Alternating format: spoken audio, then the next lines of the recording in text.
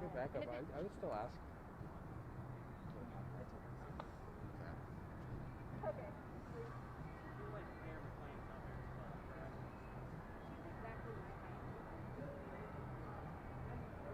Oh, really? Yes. When you say exactly, you mean like to the inch? Yes. Do we want to do a little check with Mike? The height match stuff? Okay. Who doesn't mind if I clip this on? Yeah, you're Which one was yours? 7. 7? I would. Okay. We may need to. Okay. Oh, really? Oh, she's little. I'm like, I'm pretty sure. Did you do that? Yeah. Yeah, we might want to once he gets up there.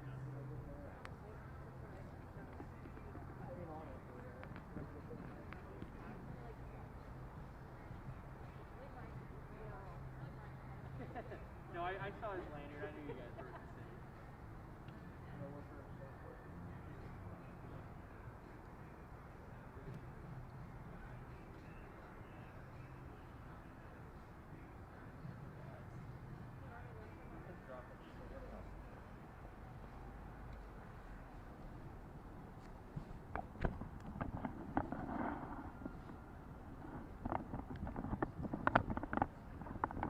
Lefty loosey, righty tighty. A little bit taller than that. Right there.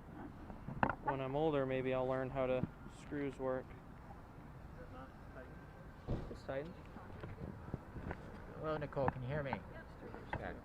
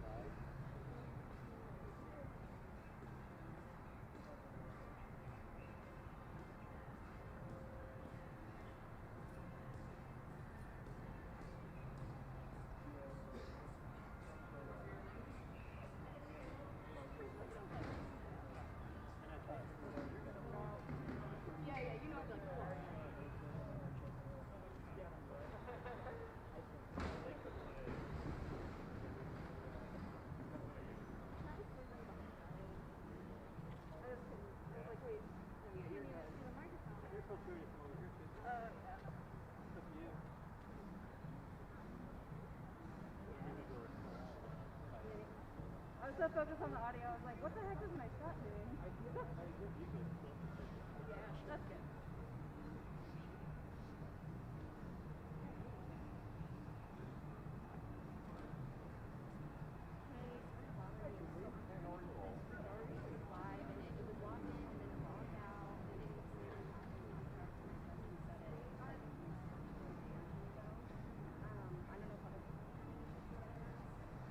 Watching Idaho's News Channel 7. This is the News at Noon. Good afternoon. Thank you for joining us here on the News at Noon. I'm Shira Matsuzawa. Well, today, Boise police are still keeping a continued presence at the Boise Towne Square Mall as the community is still reeling after Monday's shooting that left 3 people dead and 4 others hurt. Now, the mall is supposed to reopen in a few minutes, and we're expecting Boise Mayor Lauren McLean to make a statement there very shortly. We'll bring it to you as soon as it starts. While we wait, though, let's get to the latest of what we know about the shooting investigation. Boise Police shared more details in a press conference yesterday. They say the shooting has left 3 people dead, including the suspect identified as 27-year-old Jacob Bergquist. He died in the hospital yesterday after engaging in gunfire with an officer Monday outside of the mall. And we'll have more on him in just a minute. But first, the 2 other people who were shot and killed were 26-year-old Joe Acker of Caldwell and 49-year-old Roberto Padilla Arguelles from Rupert. Now, the city of Rupert offered their condolences to the families on their Facebook page and their support to those investigating the shooting. Our news partners at Idaho Press also learned more about the second victim, Joe Acker of Caldwell. Friends and family say Acker was working as a security guard at the mall on Monday and died a hero.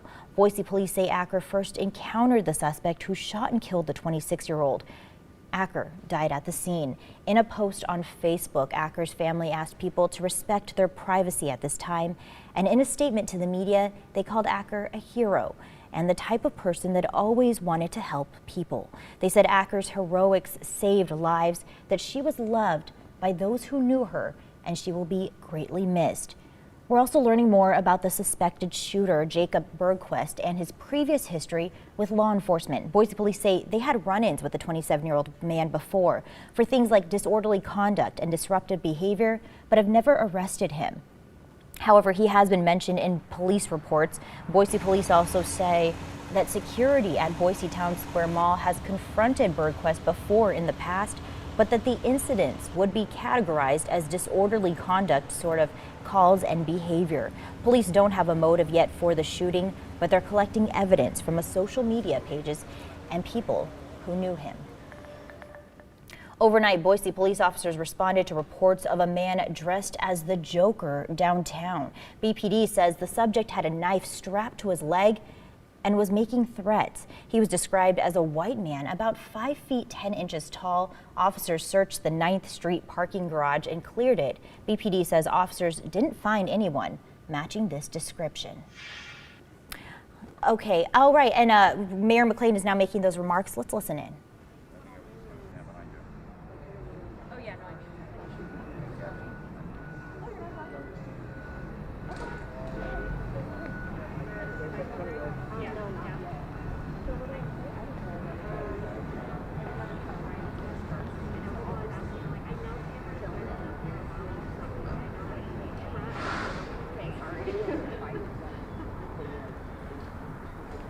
All right, it looks like they're still setting up there, so we'll take you back as soon as she's ready. But in the meantime, let's check in with meteorologist Larry Gebert and your first alert forecast. Larry. Thank you very much, Shira. And of course, what we are talking about is going to be some warming temperatures. Pretty nice. You can see there's quite a bit of sunshine even out by the scene. And of course, we're continuing to monitor and waiting for Mayor McLean and whatever statement she would like to make there. And we're going to go to that as soon as possible. But we're at 56 degrees right now, and we do have a few clouds out there, but things have really cleared off. Not so much the Stanley area. You may notice it's a little bit cooler. They've had some fog. Those are some low clouds that have been kind of hanging around. Based on how some of this moisture out of this was a secondary wave from that main system. The main system is the one that came through for the weekend. It's the one that actually produced quite a few showers for us and some winds along the way. Then we had some lingering showers, went from Sunday into Monday, and of course we had almost 2 inches of rain total that we gathered out of that storm. Well, that has moved on, but as you can see, a secondary wave is still on its way out, but things are starting to clear and warming up. Now what we're looking at is temperatures that are pretty much into the 50s. We do have some winds out there, and we are expecting stronger winds through this afternoon. Now the winds are really just beginning to pick up in some areas, mostly in the Magic Valley, because this high pressure is coming to us out of the south-southwest. So that's going to actually increase, and we're going to have some breezy winds at times. Your daytime high will be about 58 degrees. And like I say, it's going to be with breezy winds that we'll be looking at that. And clouds will be kind of disappearing a little bit. Here's our trend. We're going to warm up a little bit as we head into Friday. But then by Saturday, we start to cool down. But notice those are very moderating temperatures, right in that middle 50 range. This is our little temperature trend that shows us what we have coming up. And it's just kind of a trend for temperatures. But again, being in that very moderate range means we're going to be close to normal, because normal is around 58 to 59 degrees for this time of the year. Let's go to that statement now by Mayor McLean. Mall is opening today at noon. In fact, it just opened. And I want to thank, of course, Boise Police Department. The chief is here with me for the tireless work they're doing regarding the investigation of this case. But I am here today because I wanted to speak with the shopkeepers, managers at the mall. I want to thank the management of our mall here, Boise Towne Square Mall, and importantly, all of the employees that went above and beyond this week to protect folks that were in their stores, in the hallways, that were here going about doing their business. I just had some wonderful conversations with young Boiseans, quite frankly, that did so much to keep each other safe, that are glad to be back here today, opening their gates to their customers, are deeply grateful for the outpouring of support they have from the community, as are we. And I just want to, again, assure everybody that you are safe. If you're coming to the mall, people are ready to see you. And while we are deeply saddened by the loss of life that we've had, and we honor those that we lost, the people here at the mall, the incredible everyday heroes, are ready to welcome you back. and I'm deeply grateful to their heroism and the extreme courage they showed this week in an experience that nobody wants to be in the middle of. So thank you so much for coming. I will see you all soon. Be well, everybody. Take care. Happy to answer any questions. Yes? I don't know if this is directly for you, but do we know any information about like mall security? Do we know any information about like mall security protocol, and if the mall security was able to be armed? Do we know anything about that? I'm going to suggest that you ask that question of the mall security team, but I do want to say that Jo Acker was a hero. She saved lives earlier this week, and as a member of the security team, she is there to protect people. She was there to protect people. She did what she's trained to do, and we owe her a debt of gratitude. Can you share any of the stories from the group of people today with you? Yeah, you know, they were real stories. Could see in folks' eyes that they were scared, but they showed a really important human condition of resilience and care. So they were hearing bullets. They were close to what was happening. There were people running through the mall. And one store in particular, these three young women shared with me how they left their gates open. They pulled more people in to create a safe space for folks. And I'm sure, I know that it's tough to come back today. They're happy to be back today. But I could see in their eyes and hear in their voice how scared they were, how brave they were, and how lucky Boiseans were to be helped by them. Will the city hold a vigil for the individuals who lost their lives during the shooting incident? Yes, in fact, there will be, I alluded to this yesterday, it is so important as a community that we come together to heal while we're respecting the privacy of those whose families, of those who lost their lives. Tomorrow evening, there will be a vigil. Okay. I wasn't sure if the time had been finalized, but tomorrow evening there will be a vigil here at the mall at 7 o'clock where we will honor those whose lives were lost, those who put their lives in harm's way, including our police department and first responders, and have an opportunity for the community to come together and honor them. There was talk of increased BPD security at the mall. What's the status of that? That's a question actually I'm going to suggest, and maybe even if the chief wanted to jump up, he could probably address that. Why don't we see if there's other things for me, and then we'll bring that back up. Have any of the mall workers shared what, many of these stores are corporate owned. What are their bosses telling them? How are they supporting them? Did you hear any of that? Yeah, I'll touch on two parts of that. First off, the mall itself is offering counseling and support services in partnership with the city and our victim witness coordinator and the programs that we have available. So as I said yesterday, if you need someone to talk to, if you're feeling worried, alone, just not quite sure what to do, if you're here at the mall has set up people that can be talked to. There's the Idaho Care Line at 211. And then finally, some of the managers that I spoke with said their corporate offices as well are working with them to ensure that they have the trauma care that they need after this event. And so I want to thank the mall, the police department, and the companies who are employing Boiseans for taking care of our people. It's incredibly important to help us move forward as individuals and as a community. Is there an update on the shooter you can give us, or the chief can give us? The updates on the investigation will come from the police department if there's any update available. All right, I'm going to have Chief Lee jump up here to take those two questions. Really thank you all for coming. I'll see you all soon and tomorrow night at the vigil.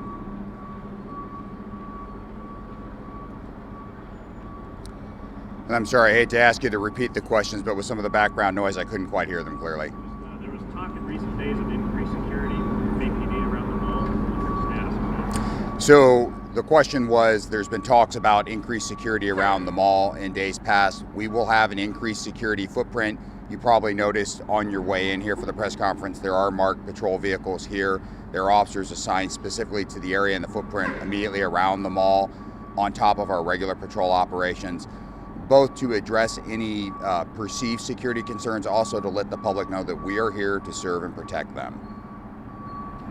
And is there an update on the shooter or any more of the narrative around the shooting? It's still very early on in the investigation. I think all the information that's suitable to share at this point we covered yesterday's press conference. We're still actively working with our colleagues, again, at both that local, state, and federal level to really process all the information, all the evidence we have, and try to figure out what motivations may have driven the individual to the acts they did. Can you tell us what kind of gun he was using? I'll just keep it very high level. He had a 9mm handgun with him. He was armed with other guns. There was one weapon they used, either exclusively or predominantly based off the information we have. Do you know if there's any information you can give us about mall security and if they had the opportunity to be armed at all? I want to make sure I heard you. Are you asking, does mall security have the option to be armed or harmed? Do you know if that's an option that they had? That is a question best directed towards mall management. How long do you expect the increased security to be here at the mall Boise Police Department? Well, I think some of that is going to be based off of community's concerns as well as any assessment that we have for potential risk and the ongoing nature of anything we may reveal in an investigation. Right now, what I want to emphasize is that even though there is an increased presence here, we do not believe that there is any ongoing risk or there's an increased risk. We just want to reassure the community that we are here, that we will do whatever we need to protect and serve them regardless of the situation, regardless of who they are. Thank you very much for your time. I think that we have other matters we need to attend to. Thank you. Thank you. Thank you. Thank you all. All right, that was Boise Police Chief Lee saying that they're just there to reassure the community. But before that, we heard from Mayor Lauren McLean calling the mall workers heroes and that a vigil will be held tomorrow night. Our Andrew Bartline is there and we'll check in with him in just a bit. Meantime, we are now less than a week away from Election Day. City Council seats, mayoral offices, and money for schools and public utilities will all be decided. We've passed the deadline to request an absentee ballot, but you can vote in person early in participating counties until this Friday at 5 o'clock. If you have not already registered to vote, you can register at one of your polling places on Election Day. Well, our community is coming together to support our neighbors who were involved in that deadly shooting on Monday in Boise. We just heard from the mayor. Bouquet's restaurant in Eagle is giving back during these sad times. All week, they're offering free meals to active police officers in the area. You know, in moments like that, you feel like you have to do something. Well, in our lives, we feed people. Free dinner or lunch for our local police officers, active police officers that, you know, day in and day out, work to keep everybody safe. And I just thought that was the least that we could do in these circumstances. Michelle says the community has been very supportive and is offering to help with donations. The restaurant is just asking police officers to cover the staff tips and beverages. Well, some Idaho schools will be getting more money for books today. The Idaho Lottery will be sharing which schools get money from their Bucks for Books program. The event starts in about an hour at 1 o'clock today. This year, more than $100,000 will be going to schools across the state. More than 60% of Idaho's elementary schools budgets less than $1,000 for books. We'll be right back. Yeah, sorry, might be. So, are we first at a break?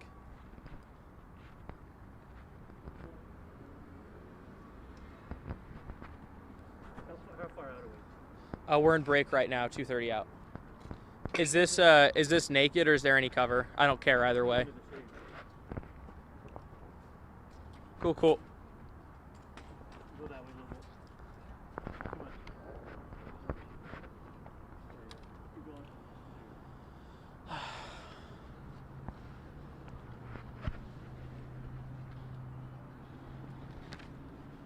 Actually go that way.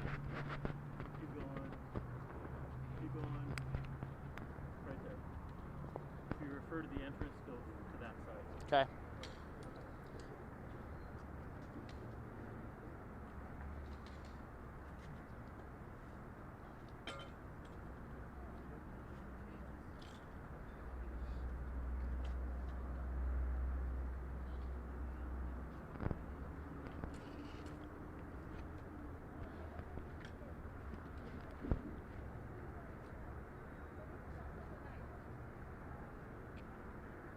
Is that your pen?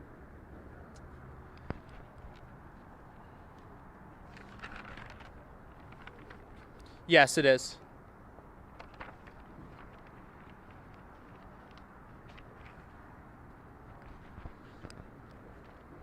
About a minute, Troy.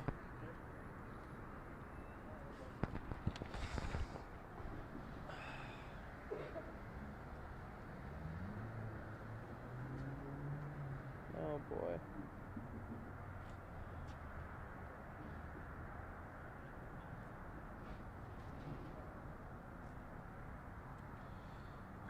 About 40, Troy.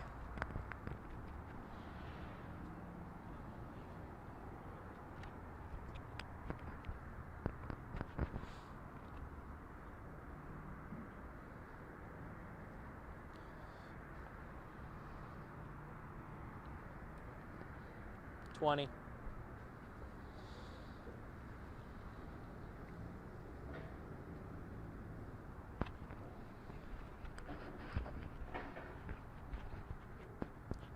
$10.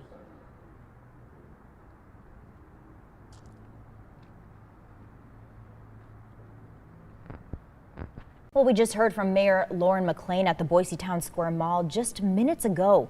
The mall reopened, and this comes as the community is still in shock from Monday's deadly shooting. Our Andrew Bartline is there right now. Andrew, walk us through what the mayor and the Boise Police chief had to say. Yeah, Mayor Lauren McLean continued to have a very somber tone in her voice, really showing appreciation for the Boise Police Department, everybody involved in the first responders, and also sympathy for the people who lost their lives. Additionally, she mentioned specifically Joe Acker, the security guard that was killed, called Joe a hero. Lauren McLean, when we asked her if she knew any information about security guards having the ability to be armed, she couldn't give us any information on that. Police Chief Ryan Lee as well directed that question toward the mall. We know we've been asking those questions, trying to get those answers as well. There has been some more information from Police Chief Ryan Lee as well. Gave us a little bit more about what we know from this investigation. Said that the suspect, Jacob Berquist, did have a 9mm handgun, did confirm there was another weapon he had as well. Also said there's an increased police presence at the mall as well. Asked the timeline on that, how long there's going to continue to be a police presence. Said that some officers are assigned specifically to this area. It kind of sounds like the police department's going to play it by ear. They want to let everyone know that this is a safe place. They continue to tell us that Jacob Berquist acted alone, but a presence will be at the mall just to let everybody know that it is a safe location. And as that goes on, they'll reel it back over time, and hopefully things could potentially return to normal. Shira. Thanks, Andrew. I know you've been staying on top of this for us for the last few days, so thank you. All right, switching gears here now.